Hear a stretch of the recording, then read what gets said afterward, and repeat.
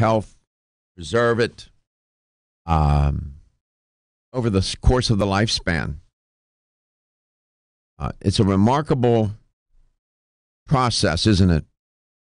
We get up every day, we get caught up in the give and take of everyday life, and we just forget about, we just assume or take for granted this process of day-to-day life and moving through the aging process, and even our health. Sometimes we end up taking our health for granted. I'm here to remind myself and to gently remind you that perhaps we shouldn't do that and figure out what can we do? What can we do to take charge of our health and all that can mean, and our wellness and our well-being? Because after all, you know darn well, you don't need me to tell you, that when you're not feeling well, nothing else is well either, right?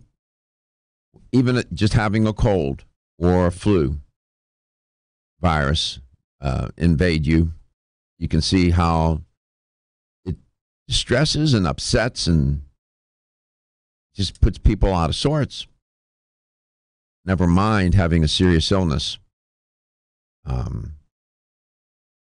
So, and of course, my point of view, as you well know, if you're a regular listener, is that nutrition is the foundation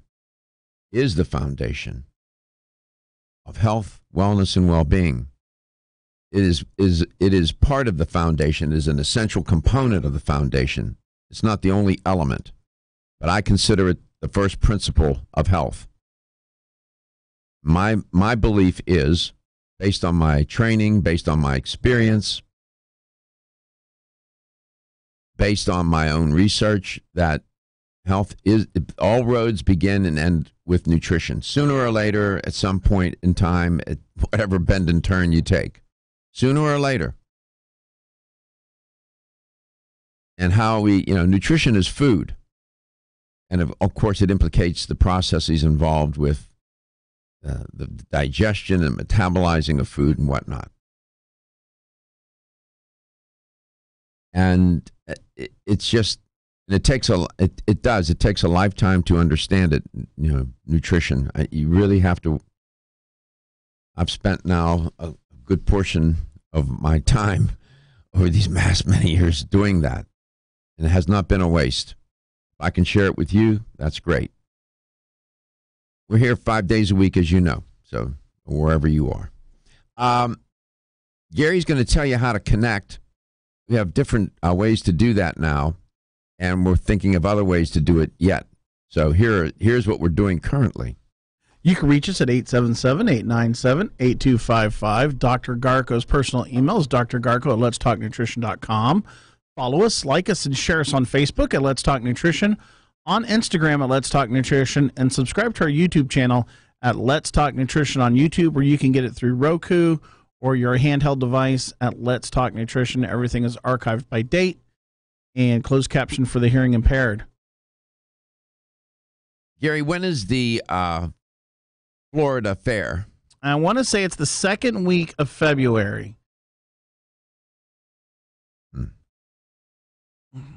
If you were to blindfold a person and say, we're going to take you somewhere, and we want you to try and guess where you are. And if we were to do that and take them to the Florida Fair or any other fair, and they had to guess where they were, what do you think would be the giveaways, the telltale signs that they were at a fair? What would be some of the signs? They were blindfolded. If they were blindfolded. I would say maybe the ride noise. Okay, that's maybe obviously one. The smell. A smell of what? Fried foods. Thank you very much. Ding, ding, ding, ding, ding. That's exactly right. If we were to blindfold them and then cause them not to be able to hear, right? Block their hearing. The first thing they would smell is what? The fried food. Here's that. There's an article called Fair Food. That's it right there. Okay. There's some interesting photos. I'm sorry I didn't send it to you. There's some interesting photographs in there. I bring this up because frying food is a frequent method used in our culture and many cultures, and it has been in deep frying. There's pan frying and then there's deep frying. Both are generally under the heading of frying. And both of those methods have been around. These are not, frying food is not an invention of the South. They didn't invent that in Alabama somewhere or Mississippi. It's been around for thousands of years, the frying of food. Deep frying, even deep frying, has had a long history like that. Humans, left to their own devices, they figure out what to do with food, good and bad. Now, when you go to the fair, you know, corn dogs, funnel cake, what do they fry and deep fry at the fair, Gary? Deep fried Oreos, deep fried Twinkies, deep fried ice cream, deep fried Pepsi Cola. Look at that. Waffle cake, and then you got the donut. That's the donut hamburger. So it's 2 donuts, 2 Krispy Kreme donuts. My expert. Okay, and they fry it, and then they put a half pound piece of beef on it with Onion? I think it's bacon, tomato, onion, mayo, ketchup, mustard. Every year they come into the front of the building. Oh my God! And they bring the samples of what they're going to do, what the new fair food is, and that I'm showing you a photograph. Yeah. Gary's not exaggerating. He gave you the rundown. He didn't know I was going to ask him that question. He gave you the rundown. They specifically come in. The fair does, not for rides, not for games, but to show what the fair food is here at the station. Yes. And they go around. They go around to all the stations and they do it. And they have the DJ sample it, and then they have an invite where they invite everybody out, and they give them free coupons to get the food, so they can come back and talk about it. What's that? What am I showing there? What is that? That looks like the deep fried quesadillas with chicken and chocolate, I think. I think they even had deep fried butter one year. Yeah, they had deep. It was literally a stick of butter that they deep fried, and it was coated in the all the good yummy fry stuff. Yeah, and a coating. And one of the deep. What's this, Gary? What's that? Oh, I'm sorry. It's the same one I showed you. You're right. They were what you just said with chocolate on them. Yeah. Okay. What's that? Okay, that looks like a deep fried donut. I know what it is. What is it? It's a deep fried peanut butter and jelly sandwich. Oh, is that what that is? Okay. My God, these guys, I'm like a mile away from you guys, and I can see that from here. Yeah. Yeah, these foods. Well,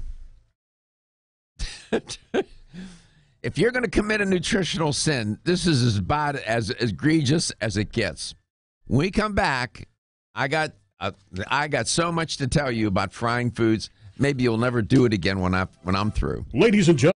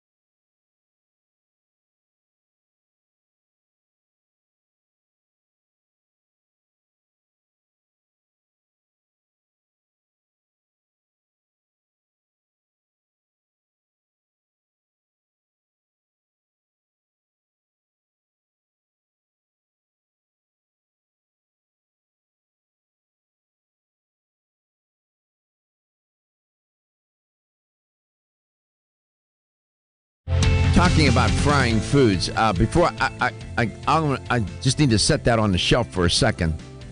The story I'm going to report on now, this falls in the category of, this is our feature. We have two features. Whatever it takes, and you can't make it up. This falls under the heading of you can't make it up. Now, normal human beings go and get flu shots. Okay? And even with that, there is some people are in a twist about it. There's a company right now, as I speak, that's selling tissues, Kleenex. I was giving you a tumble. We need to get some sounds. That sounds pretty benign. Oh, I forgot the most important thing to tell you. They're used. You can't make this up. Wait a minute. They're selling somebody's snot. Let me just say it. Yeah, I mean that's what it is. I just read the articles. Let me just say it. I'm not being rhetorically sensitive. I don't want to be. The tissues they said are, listen how they finesse this. The tissues are treated with organic ingredients. Come on, man. Stop it.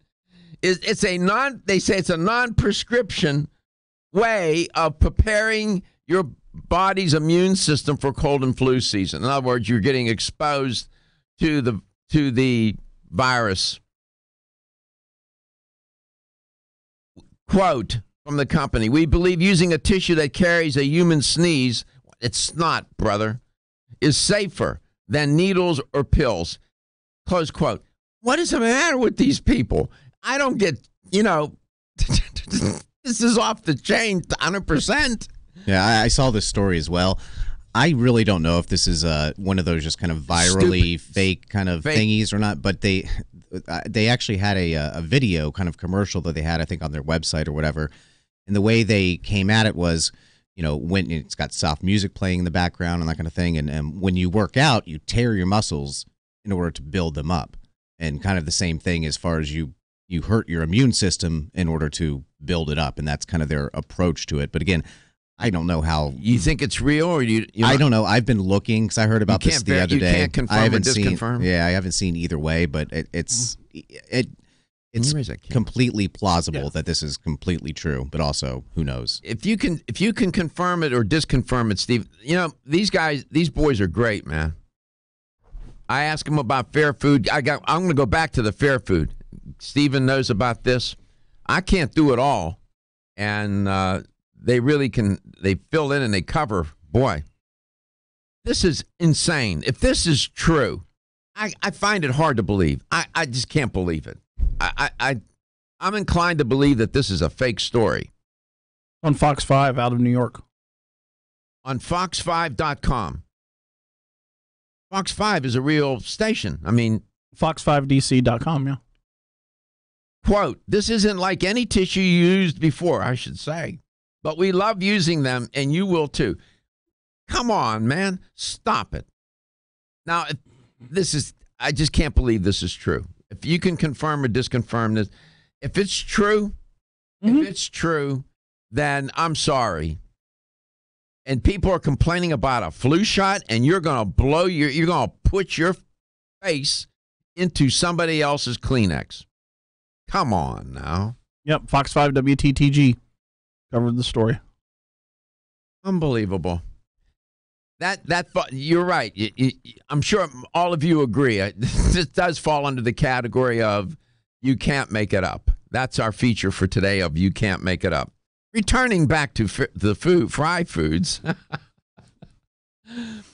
I showed Gary this photograph. These are called what? Curly Q's? Curly fries. Curly fries. Okay. Curly Q's. Yeah, I'm so dumb about this stuff. Curly fries. Now Gary tells me, which are deep fried. Now you tell me that they're called what? They have loaded curly fries. And how do they load the fries? They put spaghetti sauce, chili, nacho cheese sauce, mozzarella cheese, bacon, and then they top that off with parm if you want, Parmesan cheese. Okay. What inspired me to even bring this up? What inspired me to do it was that eating fried foods increases your risk of heart disease and death. This new study, they focused on women, and it did increase their risk for heart disease and death in women over 50. The researchers used health and dietary data of almost 100 and a little better than 105, almost 107,000 postmenopausal women. They were enrolled in a large health study between 1993 and 1998. It was a 5-year study, and they followed their health through the beginning of 2017. What did they discover? They found that compared with women who ate none, those who ate fried chicken, we're just talking about fried chicken, once a week or more, had a 12% increased risk of premature death for any cause and 11% increased risk of death from cardiovascular disease. Women who ate fried fish, that often had a 7% increase, had a 7% increased risk of mortality and a 12% increased risk of cardiovascular death. So you took something relatively healthy and you turned it into an instrument for undermining your health and increasing your early dying. Crazy. I'll show you the study. We have the actual study. Association of fried food consumption with all-cause cardiovascular and cancer mortality. Prospective cohort study by Sun et al. Brand new study. Fried food. Oh, my. Don't be stressed out or anxious. Take Hempanol, the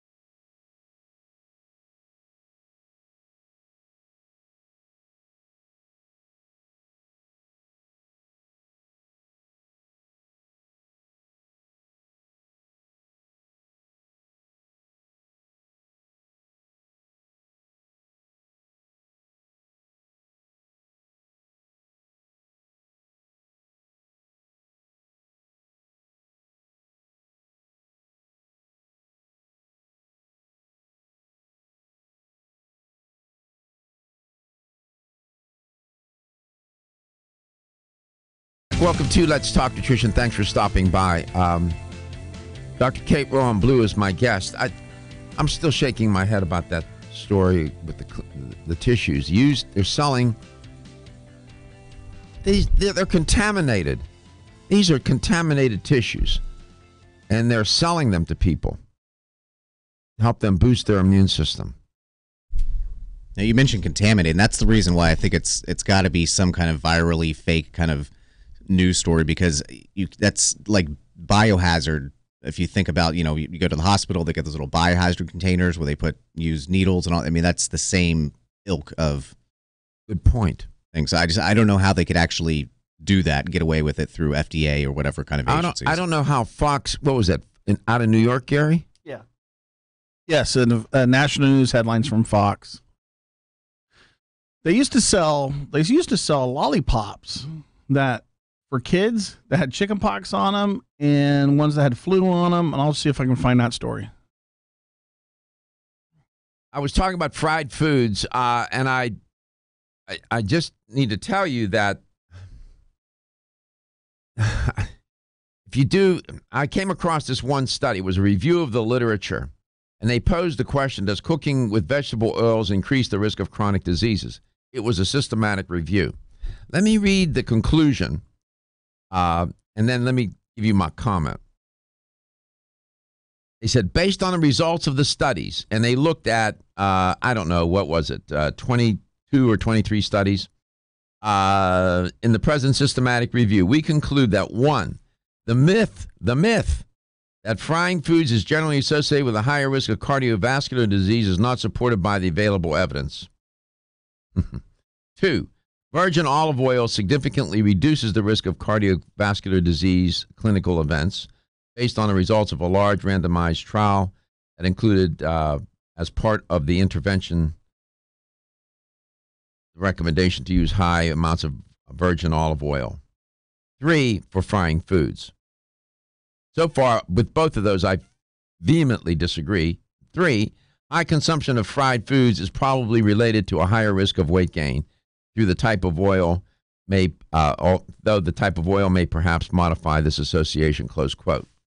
I don't know what these researchers in this particular study, Oria, Carlos, and Martinez Gonzalez, I don't know what they're thinking, and I don't know and I didn't look at all the study. I didn't have a chance to look at the quality of the studies they reviewed. Every one of those findings I vehemently disagree with. I don't know if they cherry-picked. I don't know what they did. I don't know what the criteria were. There are more than a few studies to show that fried foods pose a risk for cardiovascular disease. And to say that that's a myth is irresponsible. I don't care if they got it published in, what journal was it? Looks like Journal of Nutrition. I don't know how it got past the editor. It's ridiculous. And nobody challenged those researchers. There's a whole corpus of work out there that totally goes against what they wrote in that conclusion. I'll revisit this topic of fried foods, pan-fried, deep frying. It's bad news all the way around. And I know people that pan-fry foods and are deep frying foods more than once a week, let me tell you. And through the South, that is a common cooking method. So it's not only what you eat, it's what you do with the food also. And this new study, I saw it in the New York Times, and it's in, I have the study here in BMJ, British Medical Journal, women over 50 who ate, what was it, one serving of fried chicken or more, put themselves at risk for cardiovascular disease and early death. 12%, and I forget what the other percent was. Those look like modest risk increases, but you know what? We're just talking about one thing. Pile on all the other things that people do. I guess it's Dr. Kate Rowan Blue. I'm sure she's not sitting there with a deep fried chicken leg in her hand or wings in front of her. I am absolutely confident of, Dr. Love to start my day that way. When's the last time you ate deep fried anything? Oh, that's a good question. I mean, I'm not perfect. I'm sure I must have eaten something deep fried in the last. Well, I don't remember, to be honest. I don't remember. Yeah, that's one of the problems with food doing nutrition assessment. People can have a hard time recalling what they ate. You don't do it frequently. I mean, this is not something you wouldn't teach your kids to do this, right? No, it's not part of our normal diet. It's foods we do tend to avoid. I mean, it's probably been a few months, and I'm just guessing. I really don't remember, but it's definitely not something that we would choose. And it's interesting because, of course, yeah, there's something fishy going on with that research. Absolutely, the research around polyunsaturated fatty acids, these vegetable oils, and their increased risk for heart disease and a number of other They problems. get oxidized, and I mean, that's it. My God. Yeah, so I don't know if those researchers or those particular studies are looking at whether those oils are cooked or not, but just those types of fats are problematic to begin with, and then, of course, cooking will damage them. Yeah, saturated fats are more resistant to the damage. Ironically, that's an irony. Eating a lot of saturated fat is not good for you, but cooking with saturated fat is better than in terms of the oil not breaking down. Yes, I don't think it's ironic, but that's where you and I disagree on that. But is it, good old-fashioned, if you're going to do any kind of pan frying, for example, then that saturated fat stands up better to the heat. It just simply I get it. No, I get it. I don't recommend cooking with olive oil either. No. That damages it for sure. That's very delicate oil. Absolutely. And there's studies out there say, it's just fine. Don't worry about it. Yeah. No. Stop. They need to stop it. Harmful. Yeah. How you doing? How are you? I'm well, thanks. How are you? I'm good. Nice to be back. Happy New Year. Happy New Year. Yeah. We haven't talked this year. Right. What are you doing these days? What's up? Oh, busy. Still on the move. I've got a series of health events, women's health talks coming up out west on the West Coast. Always something going on. So you do a lot of traveling, I see, right? I do. Intermittently, there'll be times when I'm on the move a lot. I do, of course, try to stay home to be with the family as much as possible, but then there's times you got to get out there. I understand. Trying to make a living. Dr. Kate Rowan Blue, she's a naturopathic physician, and a good one at that. Educator for Natural Factors, one of my favorite dietary supplement companies. We'll come back. We'll chat with her some more. We have quite a bit of time with her today.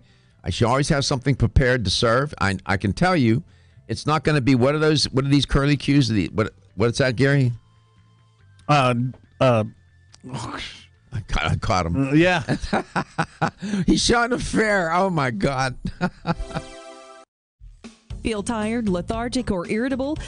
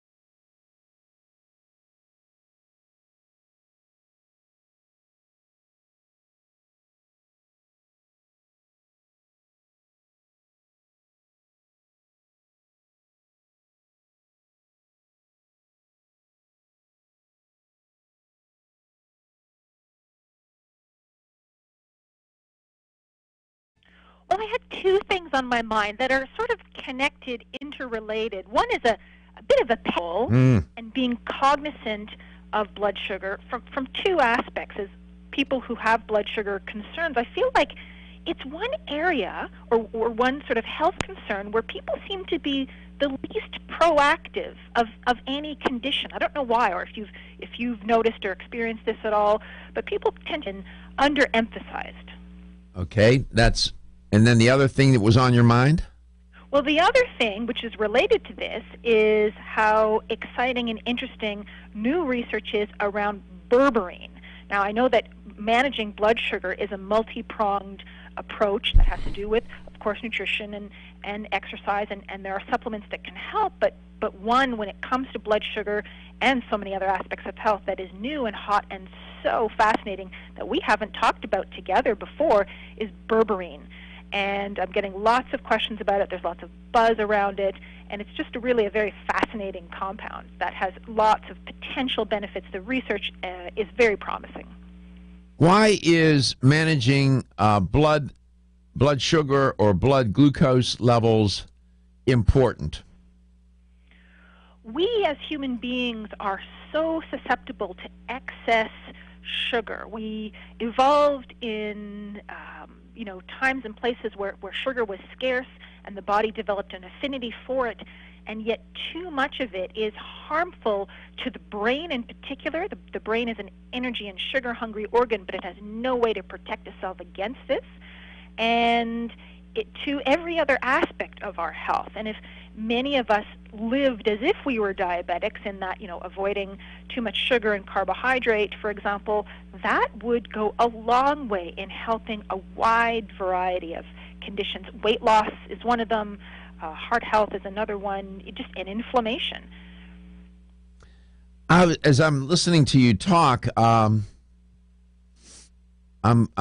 rolling over in my mind, what was it about our evolution whereby we naturally selected through natural selection, have this propensity to have negative reactions to overconsumption of sugar and having too much sugar, too much glucose in the bloodstream. Biologically, this species called humans doesn't like it, and it leads to all kinds of complications. I wonder what it was about our evolution and why we naturally selected to end up this way, where we don't do well with consuming a lot of sugar, Yep, I suspect it was more a matter of we selected to, have an affinity or a taste for sugar because that provided quick energy, and it was hard to come by. There were very small periods of the year you would find sugar.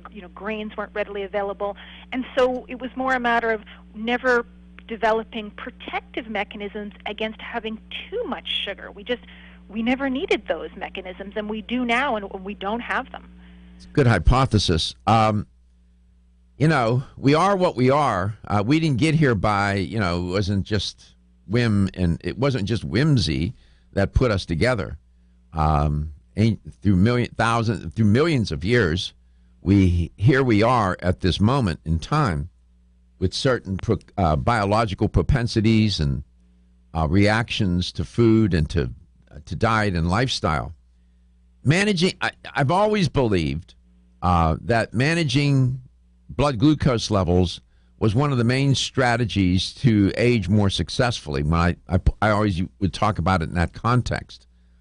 But given the food culture in this country and in Canada, throughout the world, really, we have put ourselves at tremendous risk for diabetes, type 2 diabetes, non-insulin dependent type 2 diabetes, heart disease, metabolic syndrome, cancer. You go down the list. It is one of the usual suspects at the scene of the crime all the time, it seems, these days. Obesity epidemic now, it's linked to that. I mean, you're right. You know why I think people have they don't want to deal with the blood sugar issue because it's a difficult one. They don't even really know what to do, I think, you know? Yes, I agree that that's part of it, or they feel like, that they do have it covered, or that it might not make a difference. They don't understand the difference that it might make. And, what we're eating as well as even how often we're eating, for example. I'm sure you've had experts on the show talking about intermittent fasting already and the benefits of sure. eating less often. Yeah. These kinds of things fall in line with, part of the trend, like you said, the food culture and where that's gotten us to this day. The A1C test, that's one way to help monitor your blood glucose levels. In a word, what is A1C test?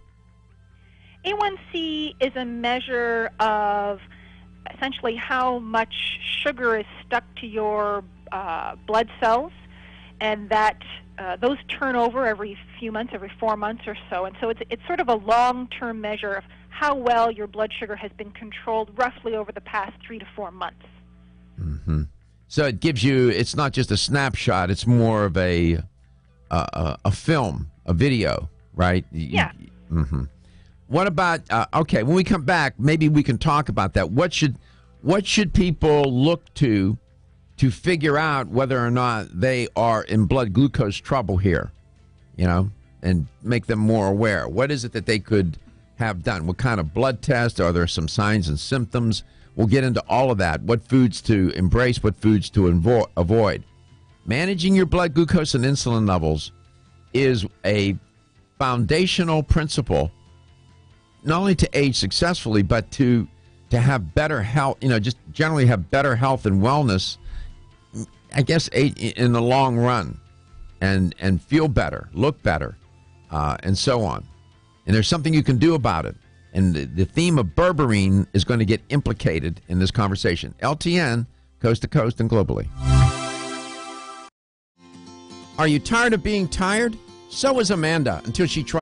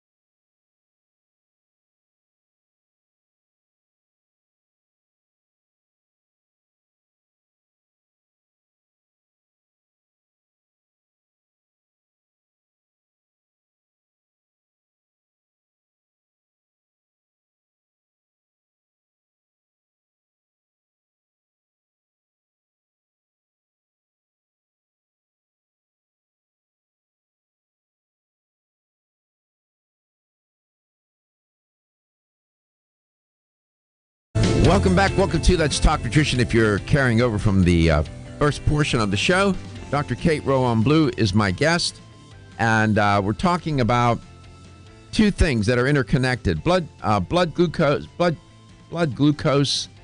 levels. I would throw, and of course, insulin gets implicated.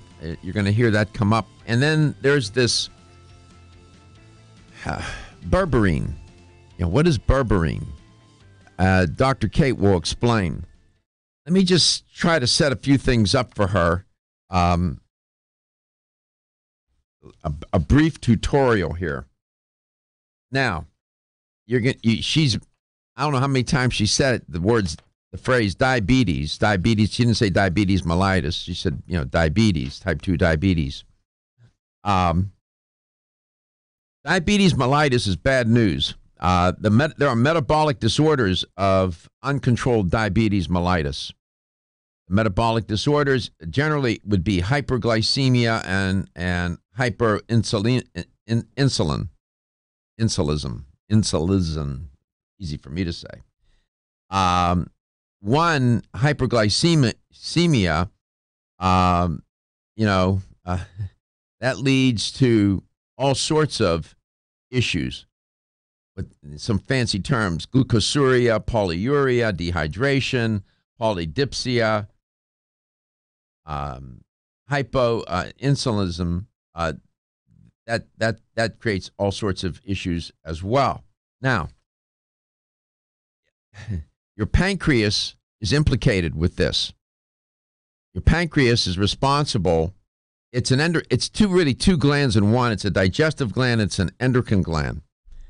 And it's very, very important from an endocrine function, because in the islets of Langerhans, what's part of your pancreas, you have different types of cells: alpha cells, beta cells, and delta cells. And the beta cells secrete insulin. Some people, and they're not quite sure why. It could be viruses. It could be any number of things. Something happens to the beta cells, and they can no longer make insulin. That's type 1 diabetes, and they are insulin dependent. And that's a whole nother story. So the pancreas is the organ here that gets implicated. Glucose. There are any number of things that can affect glucose. In terms of your body, what hormones affect glucose? There's something called antidiuretic hormone. There is your thyroid hormones like thyroxine, T4. There are hormones of the adrenal cortex. The hormone implicated there is cortisol. You have hormones of the adrenals. The adrenal medulla, which is epinephrine, that gets implicated.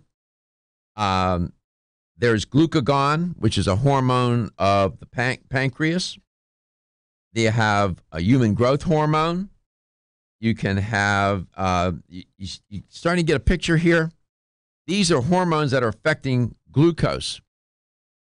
And there are certain things that you can do in terms of your diet and your lifestyle. Too much stress, for example, puts a lot of stress, a lot of pressure, if you will, has deleterious effects on your thyroid. I was just reading an article on overthinkers, about people that overthink and how the stress they go through because they replay everything in their mind. Get themselves all worked up. Yeah. The point here is that they say, "Oh, it's just sugar." No, man. It's implicated in a very intimate, complicated, intricate way with what's going on inside of you biologically, metabolically, and what you eat, your diet, and how you live bear upon what's going to happen here. A diet high in processed foods, added sugars, and so on gets you into so much trouble, and you become insulin resistant. you become pre-diabetic, and then you become a diabetic, and that's a nightmare. Type 2 diabetes, you can change that. You can change it. You can get off, you can get back to normal if you do the kinds of things that are recommended. Diabetes mellitus, implicated with all sorts of issues, heart disease. I mean, it goes on and on. We'll focus on type 2 diabetes. Hyperglycemia is the term that's used for elevated blood sugars. Hypoglycemia is low blood sugar levels. This is just a quick and dirty tutorial, just trying to give you some terms and ideas, what organs are involved. Insulin, excessive intake, you end up with insulin shock, insufficient, ketoacidosis. It goes on and on. I mean, it's so complicated. Hypoglycemia is implicated with diabetes, and what can go wrong with your pancreas. So just so you'll hear some of these concepts and some of these themes come up now in my conversation with Dr. Kate. We had mentioned, what can you do? Can you check yourself to know that you're doing all right? I alluded to hemoglobin A1C measurement on a blood panel. That's a measurement over the the lifespan of a red blood cell, usually 120 days.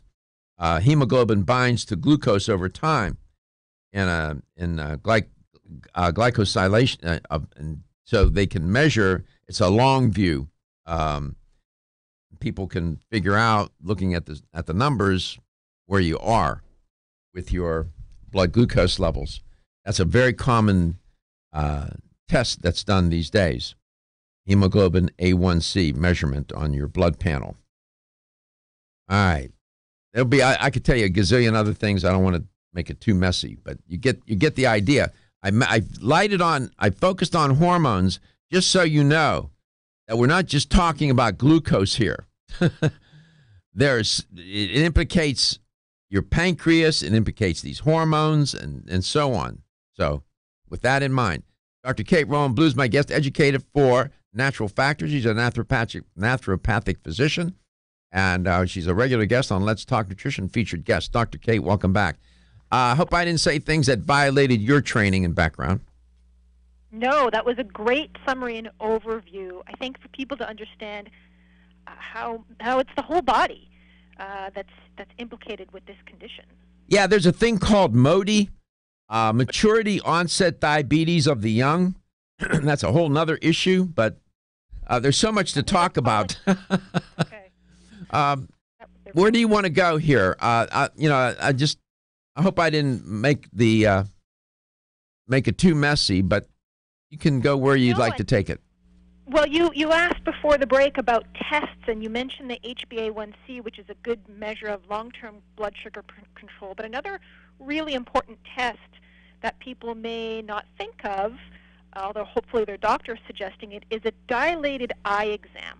Huh. And this is super important because this is the one area in the body where you can see the blood vessels directly, and having high blood sugar absolutely can affect those blood vessels, and of course it can affect your vision. So it can be a really important way to monitor your health and the progression of the condition, and as well as to preserve your vision. How many times a year? Extremely important. Well, my eye doctor, it's funny you mentioned this. My eye doctor, every time I go, they dilate the eyes, they examine the eyes, and he always looks, and he always tells, he'll tell me about what he sees. And, we've talked about that. That's a great recommendation. I don't know how many times a year. Yeah, we should go do that and tape it and show people. Yeah, we can do that. I have to go see him anyway. See, Dr. Kate, she's on it. Never even thought about it.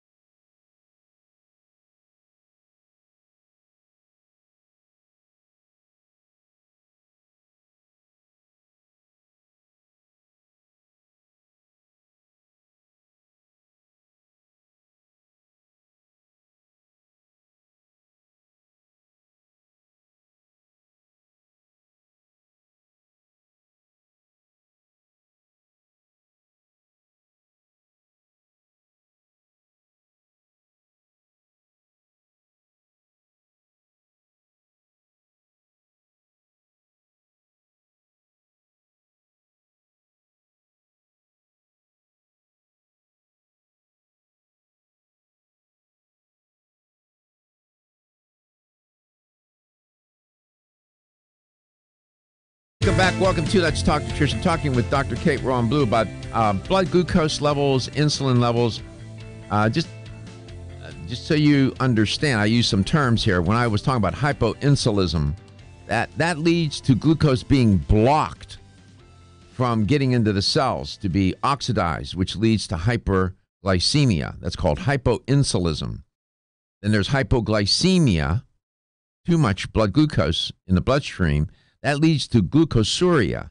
That's an excess amount of glucose spilling out into the urine, which leads to polyuria, which is frequent urination.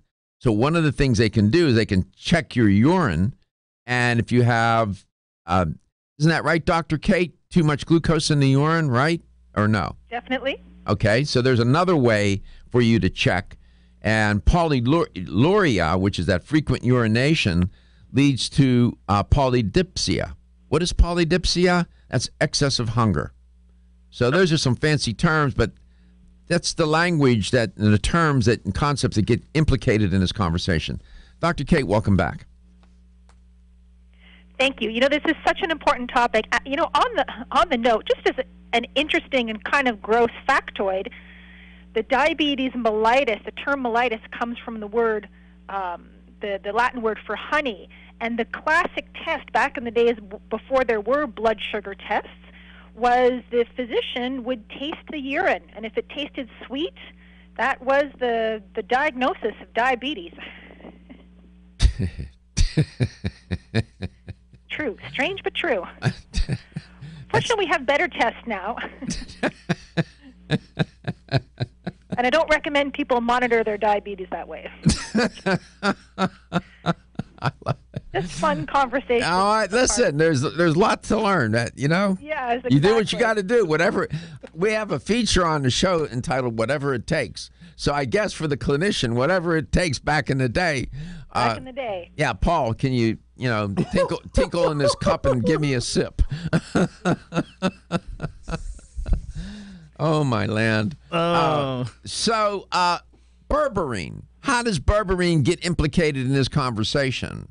This is so interesting. Berberine is a compound that's found in many different plants, and many different traditional remedies would have had this in it. And the barberry is one of the most common sources of this, and this is now being used widely, and it's been studied widely for a number of conditions, and blood sugar is one of them. Berberine does a few different things that make it helpful for heart health and blood sugar health. And the main thing it does is really interesting. It activates an enzyme called AMPK, which is the master switch in the body for your metabolism. So, for example, the reason why fasting has been shown to be helpful, or exercise has been shown to be helpful, because it switches on this AMPK. And berberine, this herb, will do this as well. And so for people with diabetes, higher AMPK, turning this switch on, helps to improve insulin sensitivity.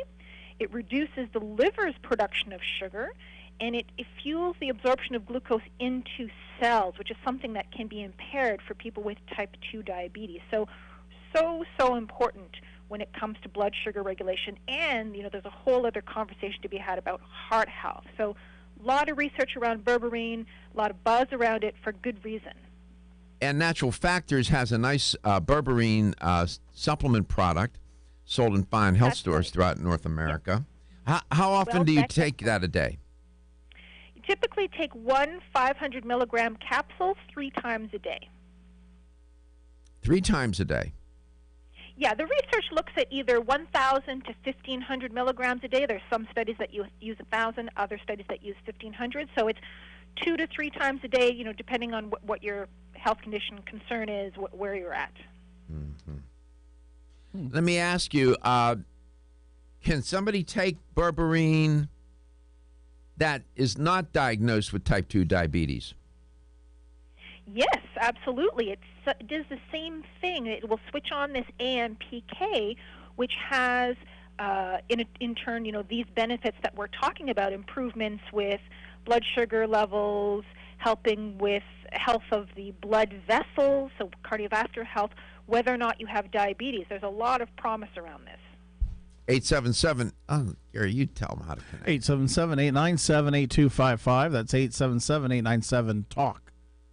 That I just want to go back to that the hemoglobin A1C test that you can get on your blood panel. I just want to make sure the audience understands, the audience member understands what's going on here. It is a measure of your red blood cells, the lifespan of a red blood cell over a 120-day period, like Dr. Kate pointed out, over like 3 months or so, whatever, a little bit better. Turns out that hemoglobin binds to glucose over time in a process called glycosylation. I can't talk today, Dr. Kate.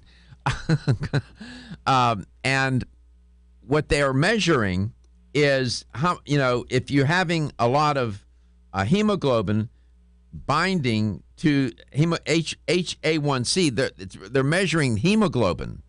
And so if you got a lot of hemoglobin, you know that you got a lot of glucose. Is that how it works? It's more like if you have a lot of glucose in your blood sugar over long term, it'll start to stick to your hemoglobin. And so they're measuring how much basically sugar-covered hemoglobin you have. Exactly. Yeah. It's like hemoglobin, sugar-coated hemoglobin. That's it. It's not a cereal. 877-897-8255. Yeah. Come back. We'll have more to share with you about glucose, insulin, diabetes, berberine, your health, your wellness, coast to coast and globally.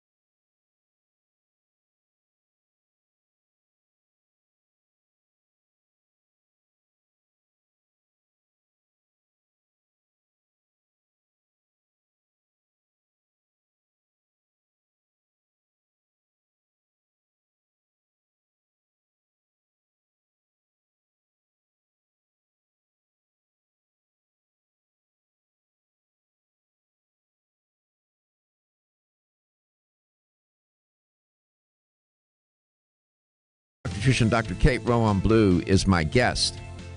We were talking about, among other things, how you can check to see if your glucose levels are in line. And, of course, the standard of care, one of the blood tests you can have done is that hemoglobin A1C measurement that you'll find on the blood panel.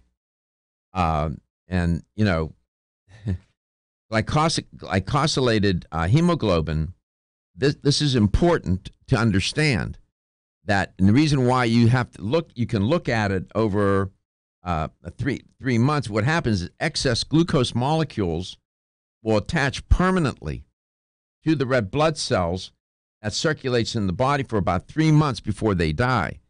So you got, as we said, these sugar-coated glucose molecules. I want to ask Dr. Kate this. This may be a roundabout way to do this, and it's just, I just want to see what she says. You got these things called ketone bodies. So glucose is absorbed normally, but it's not used properly for energy due to insulin deficiency or insensitivity. You develop these ketone bodies. Why? Because the body will then turn to burning fat as a source of energy. The fat is broken down into fatty acid and glycerol and so on and so on. You end up using fat as energy. So my question, Dr. Kate, is if somebody is not on a ketogenic diet and they have a high level of ketone bodies, that could indicate that they're not, there's something going on with the insulin and the glucose, the insulin deficiency or insensitivity, right? Yes, that's a really good point. I never thought about it in that way, but I guess you could say there's good ketosis and bad ketosis. Traditionally, diabetes, type 2 diabetes, well, either form of diabetes, really, type 1 or type 2, has been described as starvation in the midst of plenty. What that means is there's plenty of sugar circulating in your bloodstream, but it's not getting into your cells in the case of type 2 diabetes, and so those cells think they're starving. Even though there's tons of sugar around, they're not getting that sugar's not getting to them. And so this is where they will start to shift into this ketosis. And so for many diabetics, ketosis can be a bad thing because it means that the sugar isn't getting to the cells, the insulin resistance is bad. Yeah. I didn't go to medical school. I'm just a PhD trying to get along here, but, I'm just saying. That's why I asked you. I'm just. Well, and it's a great question because there's a lot of talk about keto diets now. Yeah. And that could be confusing for a diabetic who has been told, hey, if you're in ketosis, this isn't a good thing. So there has to be a closer look, or that has to be more context. For diabetics. Yeah, context. Yeah. Let's go to Tampa, Florida. Gwendolyn, you had a question about pancreatic cancer or a comment? A question. Yes.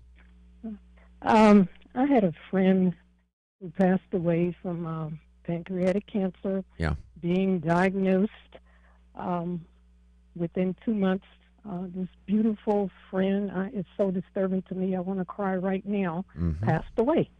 And pancreatic. Was because she was not diagnosed with diabetes. Am I correct on that? Or undiagnosed diabetes? I don't know what her condition was, generally, but pancreatic cancer, carcinoma of the pancreas, is very lethal. It usually develops in the head of the pancreas. It'll blocks common bile duct, causes obstructive jaundice. You can have tumors in other places in the pancreas with no specific symptoms. It is dreadful. It's a dreadful disease. And then there's acute pancreatitis, which is something else. But carcinoma of the pancreas is just lethal. And you can have that without having had diabetes, which I think might be the question. I see. It's upsetting, isn't it, to watch that happen, isn't it? Oh my gosh, it's devastating. Yeah, here one day, gone the next. At age 60 to pass away. Yeah. A lovely, beautiful woman. Yeah. It's very disturbing. It is disturbing. I saw my share of that. and it had a profound impact on me. It did. You sit in a chemo room 4 hours every Monday for 12 weeks. You see terrible things. And,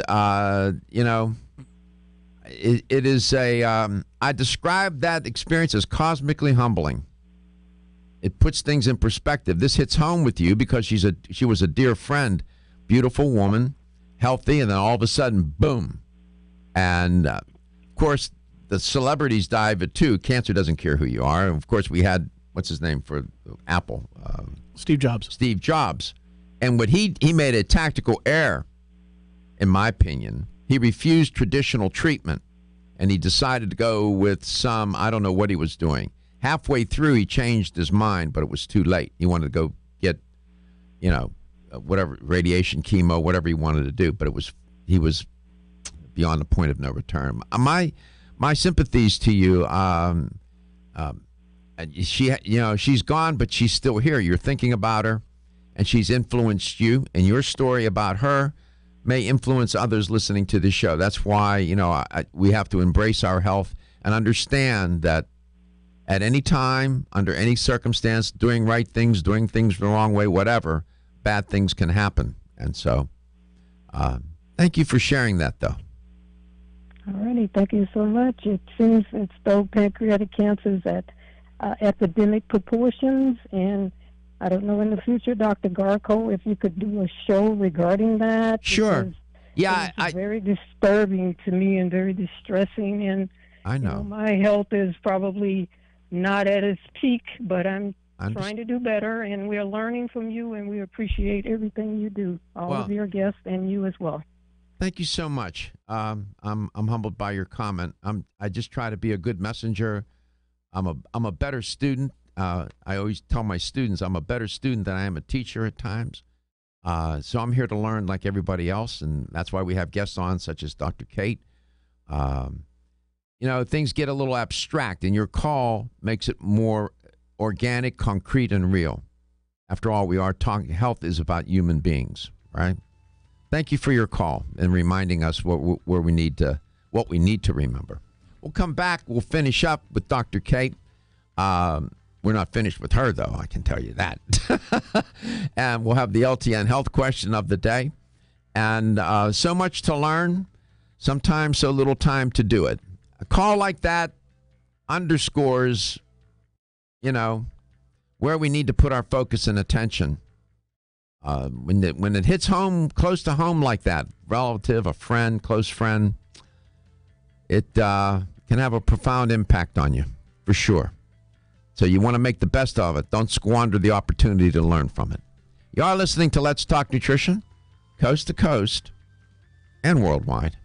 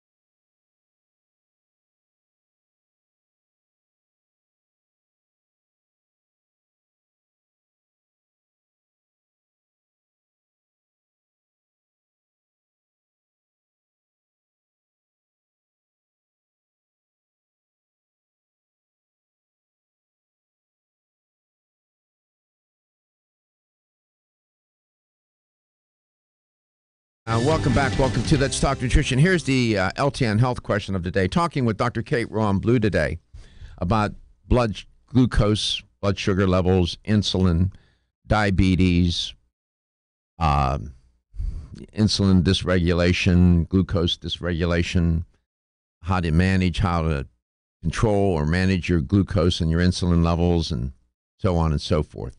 The organ and pancreas implicated here. In that the beta cells are responsible for the production of insulin, that very important hormone. Here's the question simply. Which type of diabetes, type 1 or type 2, is insulin dependent? In other words, you have to take insulin. Is it type 1 diabetes or type 2 diabetes? Here's the number to call. 877-897-8255. That's 877-897-TALK. Which type of diabetes is insulin dependent, where you have to take insulin, type 1 or type 2? Let's go to Tampa, Florida. Dell, welcome to the show. It's great to have you on. Hi. I've had a few distractions during the show, and I'm wondering, I think I missed as to knowing when you need to take berberine and when not. Okay. When do you take? All right, let's do that little review then. When do you take berberine, Dr. Kate, and how much? The studies look at 1,000 to 1,500 milligrams per day, so that's typically 2 to 3 capsules, because berberine is typically in 500 ml capsules, with meals. Okay. Do you get that, Dell? Yeah, but I don't know who needs to be taking it. Everybody? Well, go ahead, Kate. Dr. Kate. Especially helpful for people who have diabetes and heart health conditions and concerns. But there is as well research to show that it has blood sugar and heart health benefits for everyone. Okay. That help? Yes. Thank you. How are you doing? I got a touch of something, but I think everybody does. You caught a cold? Yeah, but I think I just finally turned the corner yesterday. It's on the good side of it finally. Yeah. Problem with turning corners, you never know what's on the other side of that corner. Yeah, is this a pause waiting for the next onslaught, or did I really make it? Well, we'll see. Good luck. It's nice to hear your voice. Dr. Kate, let me ask you, we were talking about having HA1C tests done and so on, maybe even testing for ketone bodies. What about insulin test free in total? Would that help somebody understand whether or not they're managing insulin and glucose? It may or may not. One test that is now becoming more readily available that I think is very, very helpful is continuous glucose monitoring. So you can get these little devices that you wear in your body, and you attach a probe to the skin, and it measures your blood sugar throughout the day. Yeah. That is very, very interesting. Yeah. Excellent point. They even have those commercials on TV. Let's go to Largo, Florida. Nellie. Hi, Nellie. How are you? Happy New Year. Happy New Year to you too, Dr. Garko. Nice to. I'm very well, thank you. How are you doing? I'm doing fine. Thank you for asking. So which type of diabetes is insulin dependent, type 1 or type 2? Type 1. Yeah, type 1, because those folks, their pancreas is not working properly. The beta cells, for one reason or another, there are different hypotheses about that, why the pancreas is not able, how the beta cells get damaged.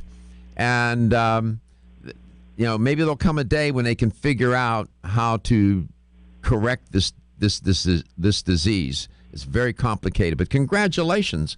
You want a $25 supplement gift card. I have a question for you. Is type 1 an autoimmune disease? No, it's not autoimmune. It's just the beta cells were destroyed. And the beta cells in the pancreas, their job is to make insulin. And it's not your immune system that's gone haywire. It's your pancreas that has taken a hit on the beta cells. Do I have that right, Dr. Kate? Well, yes, although there is research to suggest that initially what caused that injury to those cells may be autoimmune. Okay. It's not a continuing autoimmune condition, but that happened early in life. Yeah, that's right. You're right about that. I've read that too. Yes, I read that. So I was just wondering, while I have you on the phone, I'll try to clarify that. Yeah. So, it's not a typical autoimmune condition. Yeah, it's what? It's not a typical autoimmune disease. Yeah. Ongoing. Yeah. Okay. Congratulations, Nellie. You won a $25 supplement gift card. Okay, Dr. Gold. Thank you very much. And I do learn a lot from your show. I am myself a type 2 diabetic, but I watch what I eat, I exercise, and I check my blood sugar, frequently. Mm-hmm. Yeah, diet becomes critical here. We can talk about, maybe I should devote a little bit more time and attention to that, how to eat if you're type 2 diabetic, but to eat, what not to eat. I'll make a note of that. Yeah, sometimes, that would be good because there's a lot of people who are type 2. Absolutely. There's a diabetes epidemic going on right now. It runs in parallel with the obesity epidemic. Yeah. All right. Thank you, Nellie. Yes, sir. Thank you so much for listening. We appreciate your listenership in Largo, Florida. And Dr. Kate, we appreciate you as always for sharing your experience, your insight into health, wellness, and well-being, and being from a naturopathic physician's perspective. Thank you. Thank you. It's always a pleasure. Are you giving a talk today, you said? Not today. Getting on the road next week. Next week. Okay. Well, safe travels. Take care of yourself. And stay away from the deep-fried whatever. I'll try. All right. No, it won't be too hard, I'm sure. You take care and give my best to everybody at Natural Factors. Natural Factors Berberine to help manage your blood glucose levels. You find it in fine health stores throughout North America. If you want to get a little review of the show, go back to YouTube or my website, and you can watch the show there. And under show schedule at LTN at letstalknutrition.com, under show schedule, you can get the audio file and listen to it there, download it. We have podcast. Yeah, on iHeart. We're number 4 on the iHeart Radio app at Let's Talk Nutrition under Nutrition. Across the country? Across the world. Number 4. Whoa! Your health is your wealth. Everyone's raving about the newest botanical superstar hitting the store shelves nationwide. Hemp-derived cannabidiol, or CBD, has been receiving a lot